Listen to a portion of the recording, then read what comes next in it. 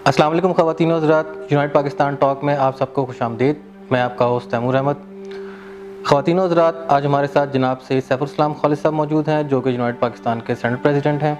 आइए इनसे जानते हैं कि खालिद साहब, पाकिस्तान में जो मिसिंग पर्सनस का इशू है वो हमेशा से जो है वो मिसिंग पर्सनस को हुकूमती इदारों से हमेशा शिकायत रही है।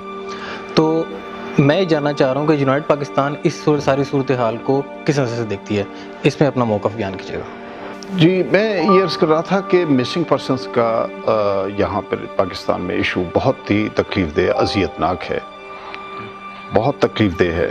मैंने उस बच्ची की एक वो वीडियो देखी, तो जिस तरह से वो अपने भाइयों के लिए आहुजारी कर रही थी, तो हकीकत ये है कि दिल कांप जाता है, दिल खून के आंसू रोता है। अब अगर किसी ने कोई जुर्म किया है तो आप उसे यकीनन जो अदालती तकाज़े हैं उसके एतबार से उसके ऊपर मुकदमा कायम करें, उसको अदालत में पेश करें, अदालत में उसके ऊपर जुर्म साबित करें, और जो करार वाकई सज़ा बनती है, अदालत फैसला करती है, आप वो सज़ा ज़रूर दें।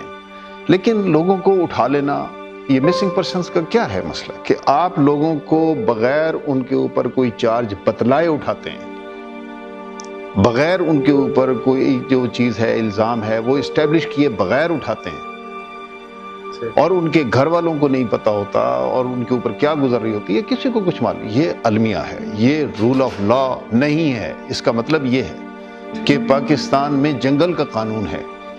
अफसोसनाक बात ये है।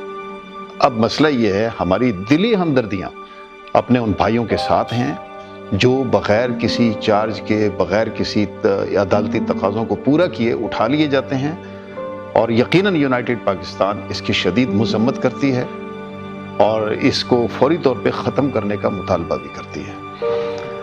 अब ये मिसिंग पर्सनस का इशू जब तक यहाँ पर ये किस वजह से है? इस वजह से है कि यहाँ हमारी सियासी क़ुव्वतें मजबूत नहीं हैं, हमारी सियासत इस्टेब्लिश नहीं है, हमारा सियासी निज़ाम इस्टेब्लिश नहीं है, और जो कॉन्स्टिट्यूशन के मुताबिक, आइन के मुताबिक इदारों को जो किरदार अपना अदा करना चाहिए, हमारे इदारे अपनी उन बाउंड्रीज से तजावुज़ कर रहे हैं। जो उनकी बाउंड्रीज़ हैं, जो कॉन्स्टिट्यूशन के एतबार से, आइन के एतबार से उनके हुदूद हैं, वो हुदूद फलांग रहे हैं। ये उसकी निशानदेही है और ये अलमिया से कम नहीं है। इसको फौरी तौर पे ख़त्म होना चाहिए और मिसिंग पर्सनस को वाज़ेह तौर पे उनके ऊपर मुकदमे आप कायम करें, अदालतों में पेश करें, जुर्म साबित हों, और अगर जुर्म साबित हो जाए ज़रूर करार वाकई सज़ाएँ जो अदालतें देती हैं आप बिल्कुल वो पूरी करें। लेकिन जो इसमें बेगुनाह साबित होते हैं और जो बेगुनाह कत्ल हो चुके हैं, जिनके घर बर्बाद, असबाब बर्बाद हो चुके हैं, उनकी तलाफ़ी करें, उनके नुकसानात को पूरा करें। ये, और जिन लोगों को आपने जेल में उनकी ज़िंदगी गुजार दी, जवानी उनकी जेल में गला दी, तो आप उसका कैसे हिसाब देंगे? जितने कत्ल हो गए हैं उनका खून किसके गर्दन पर होगा?